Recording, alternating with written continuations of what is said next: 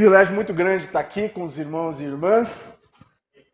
Eu me sinto muito honrado de trazer essa abordagem. Estão o dia inteiro, eu sei que estão cansados.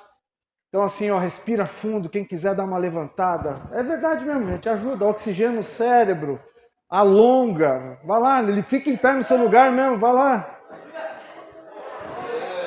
Isso. Cadê o irmão da capelania empresarial? Isso é ginástica laboral, não é, querido? Né? Glória a Deus, glória a Deus. Eu sei que é cansativo, mas é um dia muito edificante, muito rico. Eu tenho certeza que vocês sairão daqui, nós sairemos daqui mais instrumentalizados para cumprir a missão de Deus, para levar o Evangelho em todo canto que o Senhor nos der a oportunidade de estarmos. Amém? Glória a Deus. Então agora a abordagem é missão urbana. Vocês falaram de várias capelanias, e agora nós vamos falar da capelania de uma forma um pouco mais abrangente, a capelania da cidade. Nós vamos falar agora, tem como esgotar esse tema, nós teremos que ter um evento aqui de alguns dias para poder esgotar esse tema, então nós vamos falar sobre alguns aspectos, não vamos conseguir entrar em práticas e métodos, mas eu tenho certeza que você vai ter a oportunidade de ter essa abordagem aqui, e eu tenho certeza também que nenhuma das abordagens foram esgotadas, então nós sairemos daqui com a língua, com a pontinha de sal para continuarmos, buscando e nos aperfeiçoando para aquilo que o Senhor tem como chamado para as nossas vidas. Sou pastor Daniel Beltrão, conforme o Efigênio já falou, esse é meu nome, sou pastor na igreja... Acabou de mudar o nome da igreja, já tô falhando aqui. E a Church chama agora, a Antiga Igreja Batista Palavra Viva. Temos ali a Associação Aviva, da qual sou um dos coordenadores dos trabalhos ali de ação social e missões. Coordeno um grupo de apoio a dependentes químicos e familiares e faço parte também de algumas iniciativas, algumas redes que têm feito ações de evangelismo, buscando levar a cultura do reino, transformação social através do evangelho, através da presença de Cristo que se manifesta em nós. Então, em São Paulo, por exemplo, participo da rede social do centro, um movimento que começou ali com o meu xará, pastor Daniel Quecchio, e tem impactado hoje, para além do centro da cidade de São Paulo, outras cidades e outras regiões da cidade de São Paulo, rede Missões Urbanas, que tem uma abrangência um pouco mais, uma abrangência nacional, e a rede Miqueias, que é uma rede internacional, eu também faço parte do comitê aqui no Brasil. Essa é a parte chata, tem que falar na primeira pessoa, mas a gente tem que entender com quem estamos falando e legitimar esse momento. E eu quero começar fazendo uma pergunta para vocês. Por que refletir sobre missão urbana num curso de capelania? Por uma razão muito simples. As pessoas estão hoje prioritariamente morando nos grandes centros urbanos. Todos nós, estou vendo que todo mundo temos aqui várias faixas etárias, mas estudamos, o que foi o êxodo, o que é ainda, mas o que foi principalmente nas décadas de 50, 60 e 70 no Brasil, o êxodo rural, e isso é um fenômeno que aconteceu e que acontece não só aqui. Então hoje a ONU, existem estudos que apontam para o fato de que 70% da população mundial vive nos centros urbanos. E no Brasil esse número é um pouquinho maior, aproximadamente 80% da população vive nos centros urbanos. Aliás, o número atual hoje da ONU é 55% e a projeção para 2050 é que 70% da população estará vivendo nas cidades, nos centros urbanos. Então, é premente, é fundamental que a igreja esteja incidindo nas cidades, que a igreja esteja sendo sal e luz nos centros urbanos, comunicando o evangelho, mas não só de forma proselitista, mas verdadeiramente sendo um agente de transformação na cidade aonde o Senhor tem nos colocado como comunidade de fé. E foi isso que vocês aprenderam hoje o dia inteiro em cada uma das abordagens de capelania. Esse êxodo causa muitos problemas nos centros urbanos, né? Por exemplo, o déficit de moradia. Somente na cidade de São Paulo, somente na região metropolitana, nós temos um déficit de 1 milhão de moradias. É muita gente precisando de um teto digno para morar. Áreas muito adensadas, e aí isso fica muito claro nas favelas, hoje as chamadas comunidades. Pessoas que ocupam um espaço ali e literalmente vivem no estado de aglomeração, de uma forma indigna, de uma forma que é impossível você ter o mínimo de qualidade. Eu não estou nem falando do nível de conforto e luxo, estou falando de uma qualidade mínima para a sobrevivência. Nós fazemos um trabalho numa comunidade chamada Comunidade da Fazendinha. E aí, diferente das comunidades que são as mais famosas de São Paulo, que você já tem ruas pavimentadas e que você já tem casas de alvenaria, claro que em condições muito simples, muitas vezes precárias também, essa comunidade ainda é de chão batido. Pessoas que ainda moram em casas feitas de madeira. Na chuva, né? Agora nesse tempo de chuva, gente, vocês não imaginam o sofrimento dessas pessoas. Eu cheguei lá um dia para fazer a distribuição de refeições que nós fazemos diariamente e tinha uma senhora, a chuva estava bastante forte, inclusive, sentada no espaço que tinha descoberto em frente à casa dela, e nós a abordamos, falamos, por que a senhora não está aqui, né, e não está buscando a proteção nesse momento da chuva? Ela falou, eu prefiro já ficar exposta de uma vez, porque em casa eu estou lutando tanto para poder fugir das goteiras e para poder proteger o mínimo que eu tenho ali dos objetos de casa, que pelo menos eu fico despreocupada com as coisas que eu estou perdendo e já me molho de uma vez. Eu penso que essa não é a realidade de ninguém que está aqui, graças a Deus. Mas tem muita gente no nosso país que vive numa condição de extrema vulnerabilidade e precariedade. Desemprego, criminalidade, violência, a falta de oportunidade, a falta do que nós ouvimos aqui agora na última abordagem de emprego, de trabalho, faz com que as pessoas migrem para a criminalidade. É uma justificativa? Claro que não. Claro que não. Não tem como justificar esse tipo de comportamento. Mas pense o que é não ter condição de levar o alimento para o seu filho. Pense o que é ficar com fome. A gente não passa fome, a gente sente fome. Uma coisa é você ficar um período de 4, 5, 6 horas, um dia inteiro, até 2 dias de jejum e ficar com fome. Mas você ter a segurança de que você vai abrir a geladeira da sua casa, ou vai na casa de alguém, ou você tem dinheiro na sua conta para fazer uma refeição. Esse é o conceito de segurança alimentar. Você ter essa garantia. Agora imagina o que é estar com fome e não ter a perspectiva de fazer uma refeição, e muito pior, quem tem que ser o provedor de alguém não ter essa possibilidade. A pessoa pode chegar a esse ponto de roubar e de fazer absurdos por conta dessa condição. E é por isso que isso não pode acontecer de jeito nenhum. E a gente não pode estar tranquilo com esse tipo de situação de jeito nenhum. Violência, aumento da população carcerária, tivemos aqui uma abordagem sobre isso, né? E é impressionante como a gente trata a lógica da segurança, na minha opinião, e eu respeito se você tem uma opinião diferente, de uma forma errada. Não adianta simplesmente encarcerar as pessoas.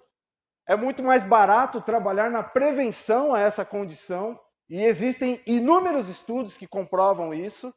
E o Evangelho é prevenção à violência, o Evangelho é prevenção à criminalidade. Nós temos a resposta, que é a verdade, que é a palavra de Deus. Mas esse aumento da população urbana traz também esse reflexo. Saúde e educação precária, e a gente está vivendo agora uma crise sanitária mundial, e eu dou graças a Deus pelo Sistema Universal de Saúde do Brasil, que fez com que nós estamos sofrendo, estamos passando por uma situação muito complicada, mas se não fosse o Sistema Único de Saúde, nós estaríamos no caos. Eu não sei aqui quem tem ainda a lembrança do que eram as décadas de 70 e 80, em que funcionava ainda o INPS, em que somente as pessoas que tinham registro em carteira tinham acesso ao atendimento público de saúde, a não ser que o município fizesse essa provisão. Era um sofrimento danado, né? A dependência das santas casas, que sempre estavam precárias. Glória a Deus por esse sistema. E nós, inclusive, não passamos muitos perrengues que países mais estruturados e mais endinheirados que nós passaram, como a própria Itália, como Portugal, por exemplo.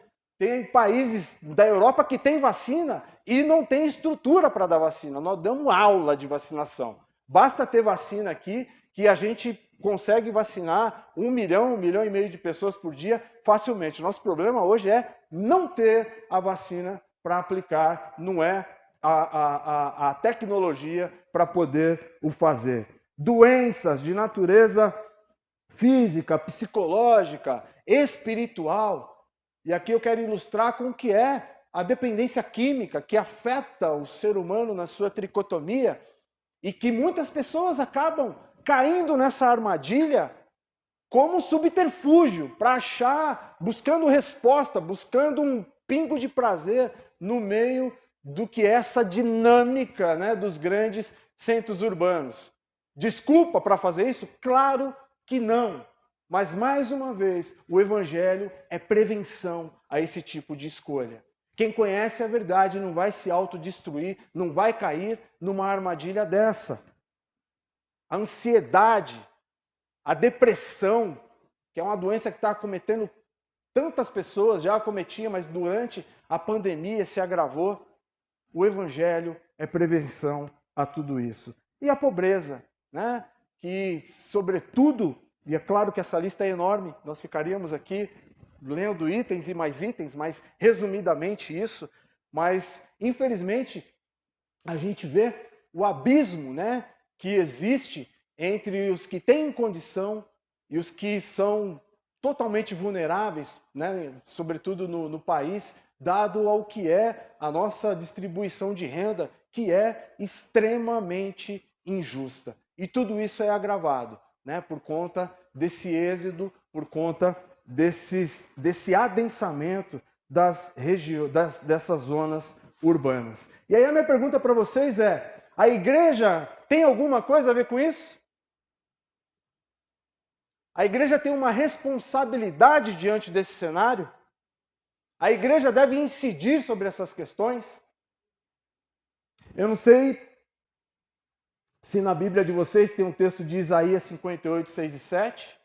Eu não sei se na Bíblia de vocês tem um texto de Mateus 25, de 31 a 46. Eu não sei se na Bíblia de vocês tem um texto de Tiago 1, 27, que aponta para o fato de qualquer mazela enfrentada pelo homem, nós temos que estender a mão e incidir. Né? Eu gosto muito do texto de Mateus lá, de 25, que é um tempo que ainda vai vir, em que Jesus vai separar as ovelhas dos cabritos, né? E vai dizer: olha, tive fome e você me deu o que comer, tive frio e você me deu o agasalho, tive encarcerado e você foi me visitar. E, né, as pessoas vão falar: quando eu fiz? Quando fizeste a um pequenino, foi como se tivesse feito a mim. Então está no cerne, no centro da missão de Deus, incidir sobre as mazelas humanas, enxergar as pessoas de forma integral. Não adianta apresentar, e essa frase é tão batida, mas a gente tem que repetir a todo momento, o evangelho de forma proselitista, uma oração a quem está com fome. Essa pessoa não vai nem reter o que nós estamos falando. Alimenta primeiro, ora sim, apresenta o plano de salvação à pessoa, mas demonstre que você se importa com a causa que ela está vivendo e sofrendo naquele momento. Porque até uma oração num momento como esse soa como escárnio, porque a pessoa fala: será que ele não entendeu o que eu estou passando? Estou com fome, o sujeito vem orar por mim, só. Que em nome de Jesus nós assumamos como igreja, como corpo de Cristo, a nossa responsabilidade diante dessas coisas, por amor a Deus em primeiro lugar, porque essas causas são dele. A Bíblia aponta o tempo inteiro para a prática do amor, para a prática da empatia, para a prática de não ficar alienado diante de situações como essas. E é nosso dever incidir sobre essas situações como capelões e capelãs da cidade que nós somos, em nome de Jesus. Tiago também diz, eu acho tremendo esse texto, se nós sabemos o bem que devemos fazer e não o fazemos, nós estamos errando o alvo, nós estamos pecando. Que em nome de Jesus, nenhum de nós, né, que estamos aqui tendo essa riqueza de encontro, incorramos nesse erro de saber o bem, de poder fazer o bem, de ter o recurso para fazer o bem, de ter o tempo para fazer o bem, de ter expertise para fazer o bem, de ter estrutura para fazer o bem e ficarmos ali simplesmente alienados diante das situações que nos apresentam, que está diante de nós. Nós vamos falar agora um pouquinho sobre aspectos históricos, né, da missão urbana, e começando pelo início da igreja, pela igreja primitiva. Era uma igreja alinhada com o contexto, com a realidade social e de sua membresia. Todos nós conhecemos a história, eles passaram a viver literalmente em comunidade, e isso atendia a uma necessidade das pessoas que estavam aderindo à igreja, porque eles literalmente corriam risco de vida se eles permanecessem nos seus lugares.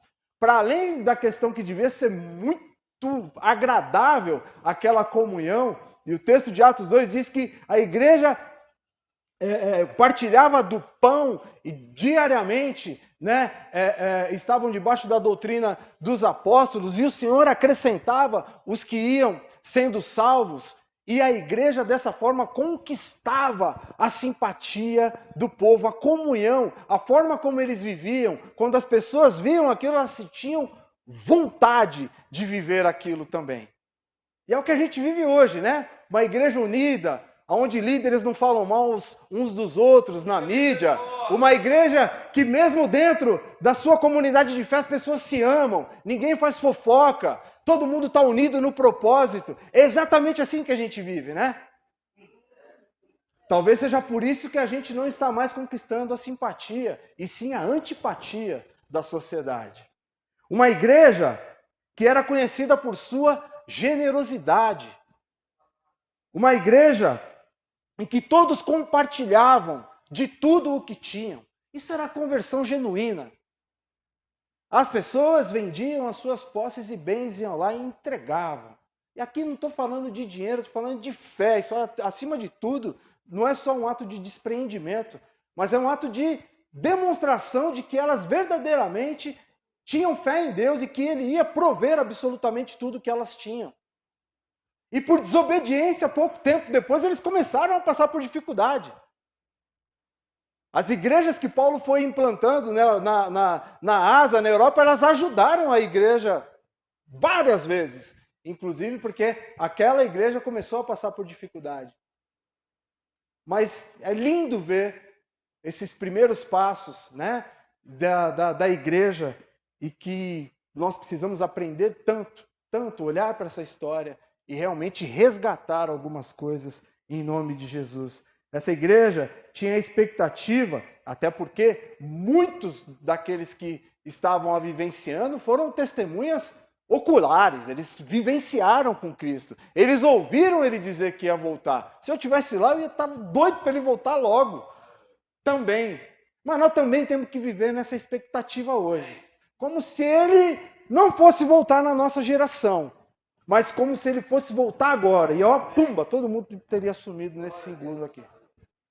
É assim que nós temos que andar. E por isso que nós temos que viver com um senso de urgência, de alcançar as pessoas, de amar as pessoas, de causar transformação aonde o Senhor nos leva, mas sempre nessa perspectiva de fazer diferença na vida das pessoas em nome de Jesus. Aqui, e isso está no material de vocês, mais um aspecto ali da igreja primitiva, e aí sobre a égide do que era o Império Romano. É interessante a percepção do Império. Isso é pautado em documentos, né? Fruto da pesquisa do doutor, filósofo Rodney Starks, que ao pesquisar, né, documentos da época, esse camarada, ele é estudioso da religião cristã, foi presidente da Sociedade para Estudo Científico da Religião. Então, ele teve 7 constatações ali do que foi a percepção da sociedade romana àquela igreja que estava se formando. A primeira percepção, que os cristãos têm um Deus que ama aqueles que o amam. Eles nunca tinham tido contato e nem notícia de um Deus que amava. Aliás, esse verbo não existia no vocabulário deles. E isso impactou aquela sociedade. Eles tinham a percepção de que o Deus dos cristãos instrui aqueles que amam a amar os outros. E aqui é muito interessante, eu lembro de uma pesquisa que foi feita alguns anos atrás, do poder de influência de grandes líderes na sociedade. E Jesus ficou em segundo lugar, para nossa tristeza, mas a culpa não é dele. E quem ficou em primeiro lugar foi Maomé. Essa pesquisa, ela dava conta do poder de influência sobre a sociedade, sobre aqueles que, portanto, seguem a esses líderes.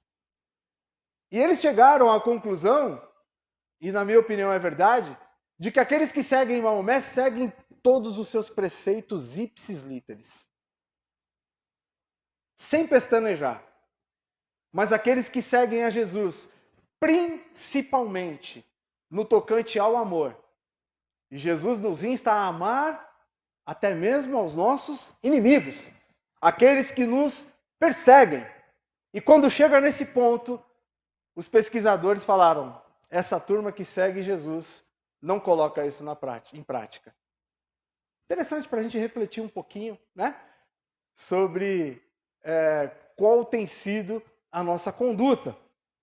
Outra percepção, o cristianismo tem uma cultura destituída de etnias e categoria de pessoas. Aceita todo mundo. Preto, branco, pobre, mulher, de qualquer extrato social. É assim mesmo. Ou deveria ser assim mesmo. Porque, infelizmente, a gente muitas vezes encontra algumas barreiras, algumas resistências. Não sei se isso acontece, é só na minha igreja que isso acontece, eu sei. Na igreja que vocês congregam, isso não acontece de jeito nenhum, de ter algum tipo de barreira ou segregação.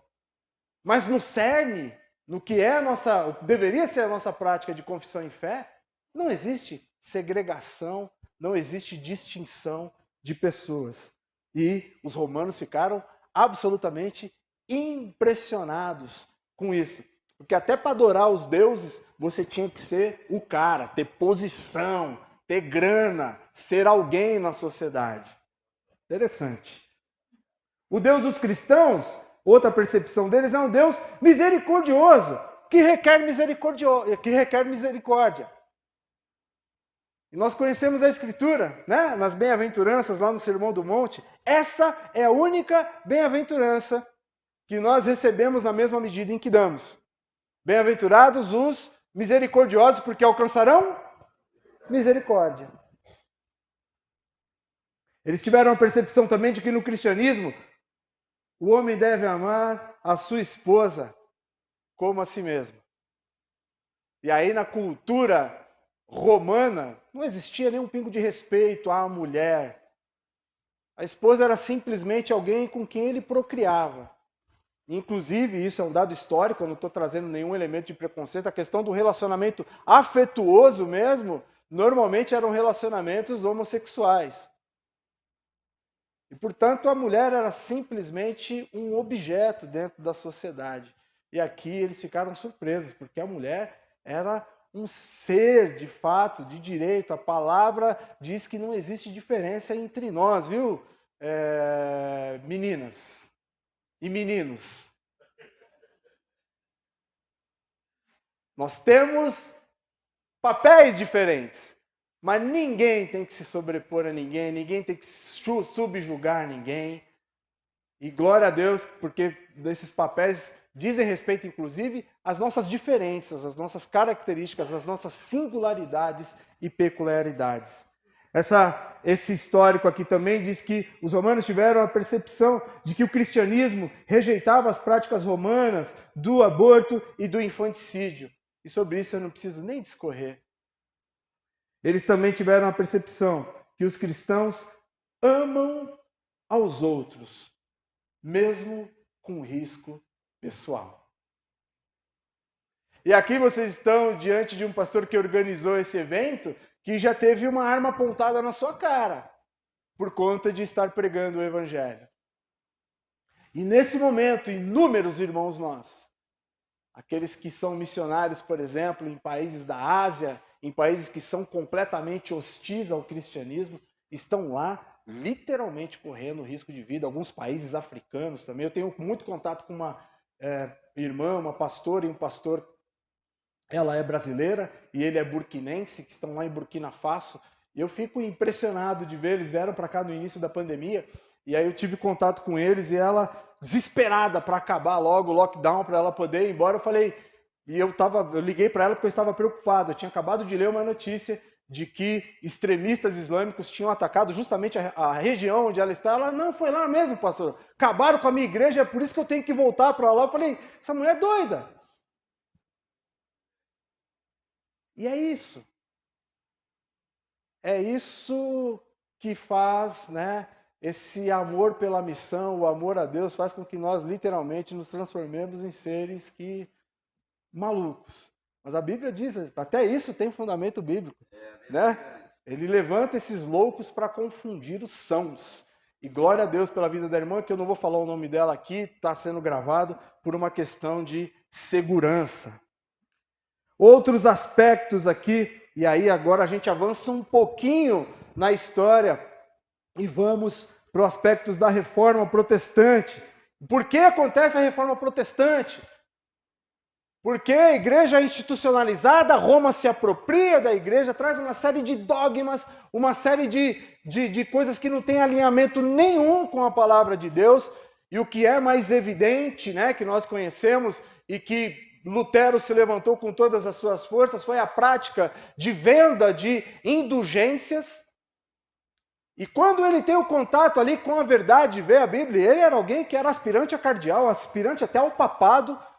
Ele literalmente tem um encontro com o Espírito Santo e se levanta contra tudo aquilo.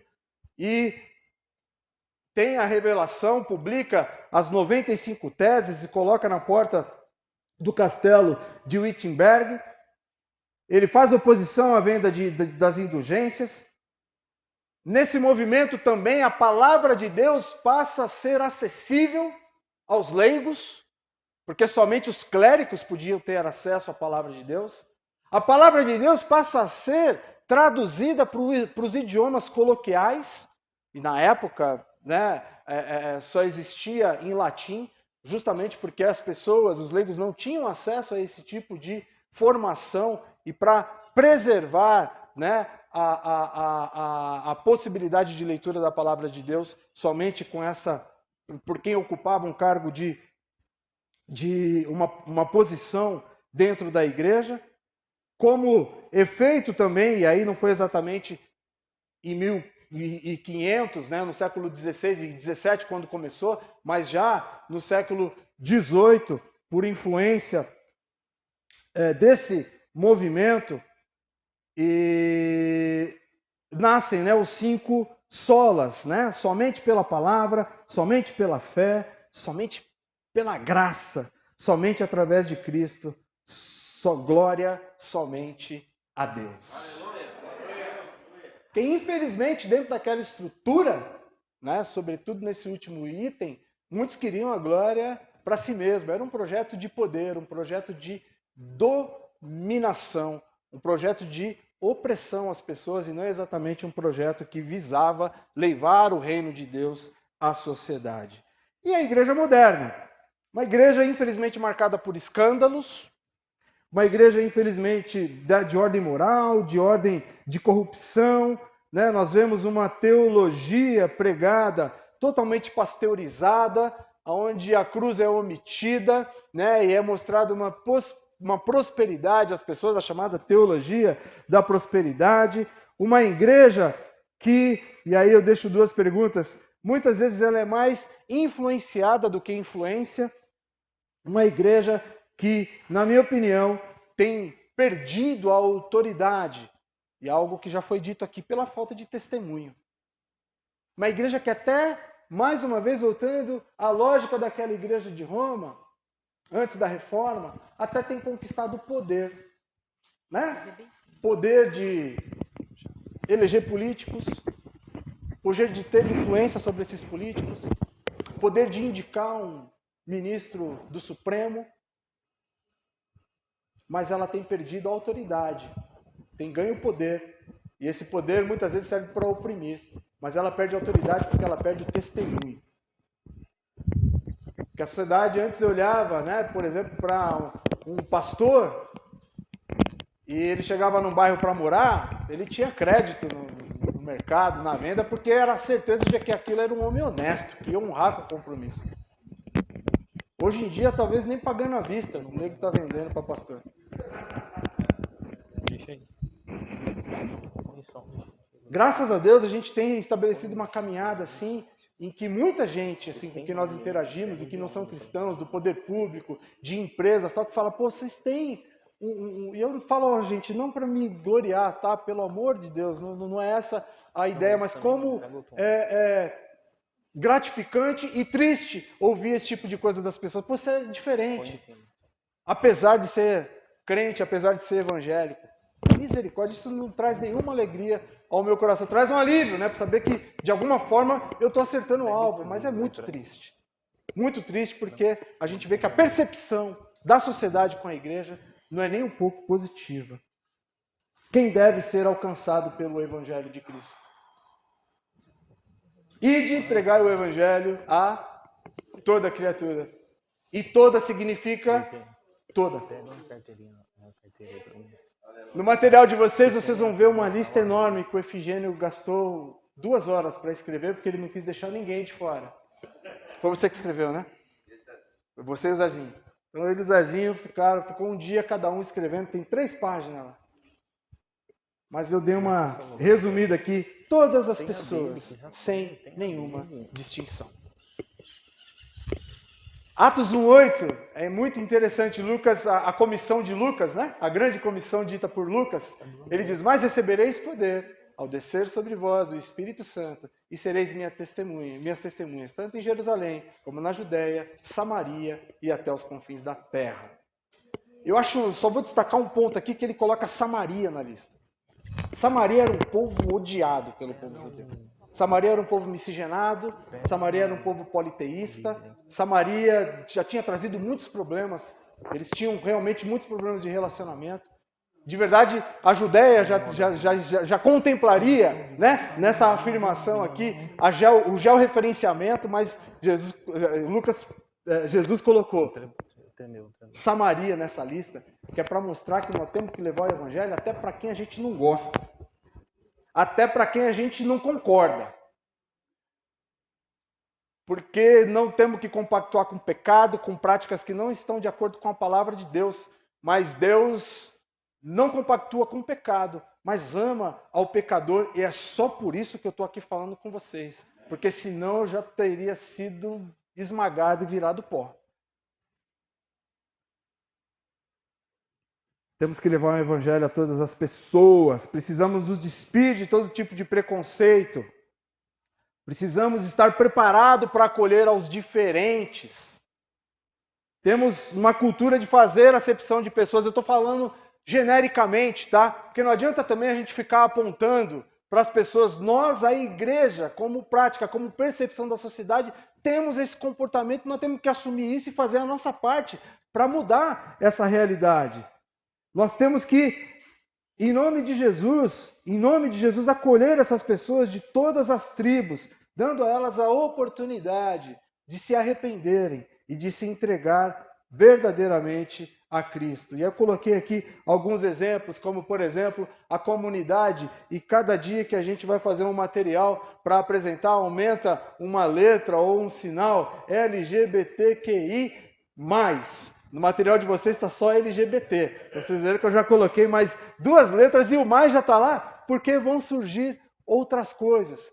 Concordamos com a prática? Não! Mas temos que acolher, temos que amar, fazer com que essas pessoas tenham a sua identidade. Todos nós, inclusive os LGBTQI+, fomos feitos à imagem e semelhança de Deus. Isso é uma crise de identidade. E em Cristo eles podem ter essa identidade restaurada. Amém. A gente critica, vez por outra também, né, os cristãos católicos. Misericórdia. Seguidores de religiões de matriz africana. Se trata de forma pejorativa. Te vê, né, infelizmente, algumas ocorrências que ficaram evidentes alguns anos atrás, lá no Rio de Janeiro, de cristãos que atearam fogo num terreiro, que jogava pedra nas pessoas. Eu olho para o Evangelho e não vejo Jesus fazendo isso. Não vejo. Nós não temos que impor a nossa fé.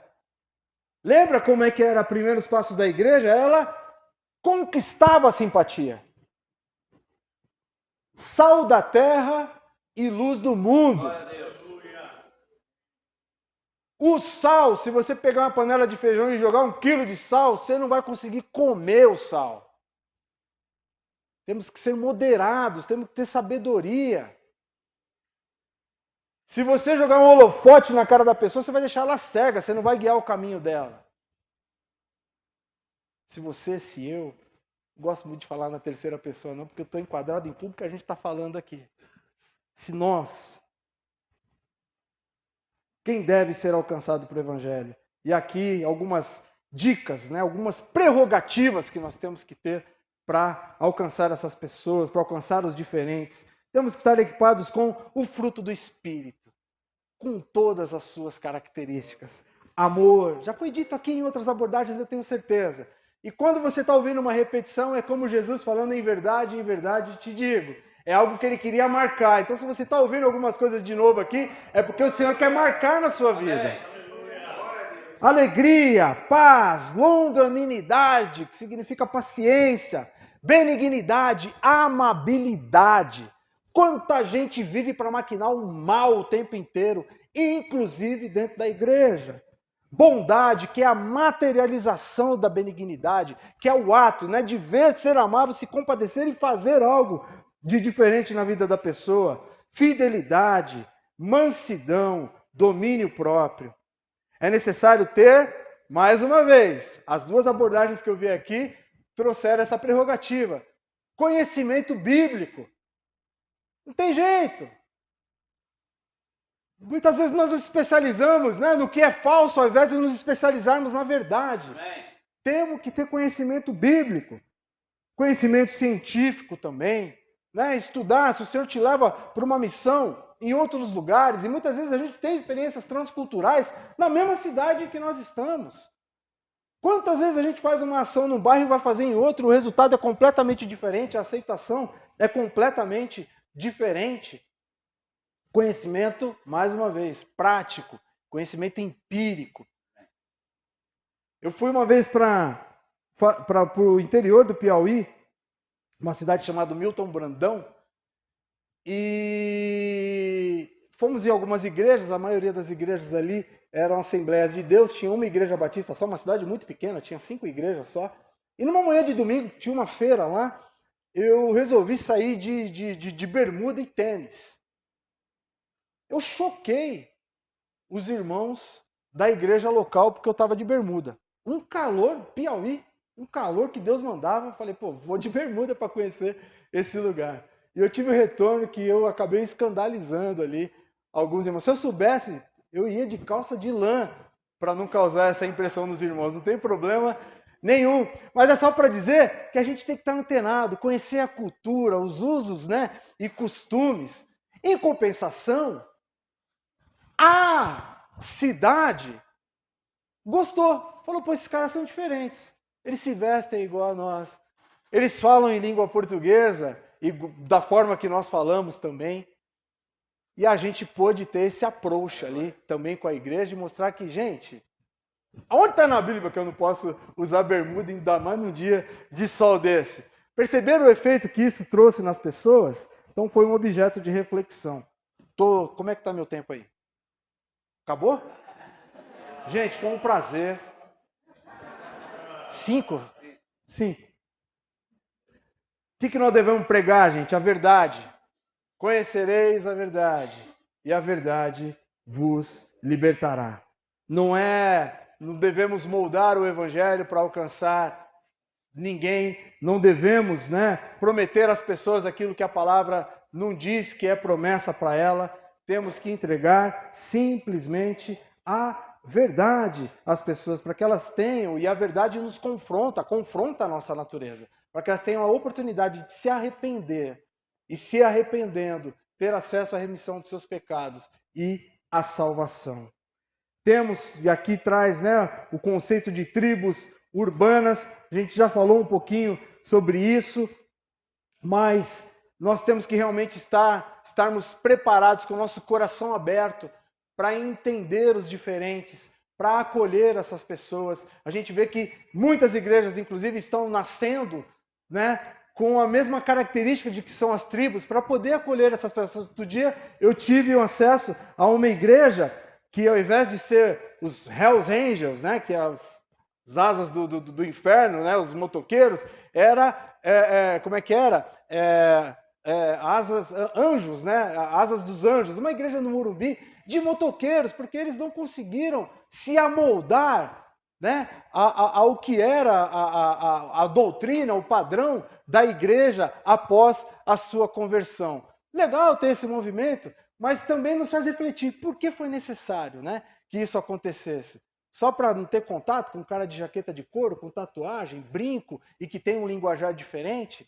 Por que a gente tem tanta dificuldade de acolher pessoas que têm cultura diferente, de valorizar essas pessoas, de gerar nelas um sentido de pertencimento verdadeiro à igreja? Nós temos que estar contextualizados com aquilo que está acontecendo no nosso entorno. Temos que, como igreja, não estar, mas ser da rua, do bairro, da cidade, vivenciar tudo aquilo que está acontecendo e ser resposta para as mazelas que acontecem naquele lugar. E é interessante que as paróquias católicas, elas são dos bairros. Todo mundo conhece o padre. A igreja normalmente está antenada ali com quais são as pessoas que estão passando por dificuldade, entregando alimento e vestindo, etc. e tal. E muitas vezes as igrejas evangélicas simplesmente estão ali para fazer os seus cultos e não estão antenadas, contextualizadas com o que acontece no seu entorno. E eu queria aqui deixar para vocês algumas perguntas. Como a sociedade enxerga a igreja evangélica hoje? Como pôr em prática os imperativos de Jesus numa sociedade que é completamente invertida, onde o errado é certo e o certo é errado? Como a sua igreja pode interagir na cidade, no bairro, na rua, aonde ela está, que o Senhor permitiu que ela esteja? Quais desafios precisamos enfrentar nesse século para sermos uma igreja que ouça e responda às perguntas levantadas em nosso tempo? Perceba, uma igreja que ouve. Nós temos uma cultura de simplesmente chegar impondo o que a gente quer. De achar que as pessoas estão precisando do que nós achamos que elas acham que nós achamos que elas precisam. Quais são essas perguntas que a sociedade tem e que nós podemos responder com a verdade? Que você possa refletir nessas perguntas em nome de Jesus e ser um capelão da cidade e ser alguém que verdadeiramente faz diferença aonde o Senhor tem te levantado. E aí, em todos os lugares que vocês estiveram a oportunidade de ter a abordagem aqui, no seu trabalho, na sua faculdade, na sua escola, na sua família, na sua rua, e que o Senhor te dê graça, sabedoria, discernimento, estratégia e unção, ousadia, em nome de Jesus, para alcançar tantos quantos Ele te der a oportunidade de alcançar todos os dias. Eu agradeço essa riquíssima oportunidade, que o Senhor abençoe a todos e estamos juntos na missão.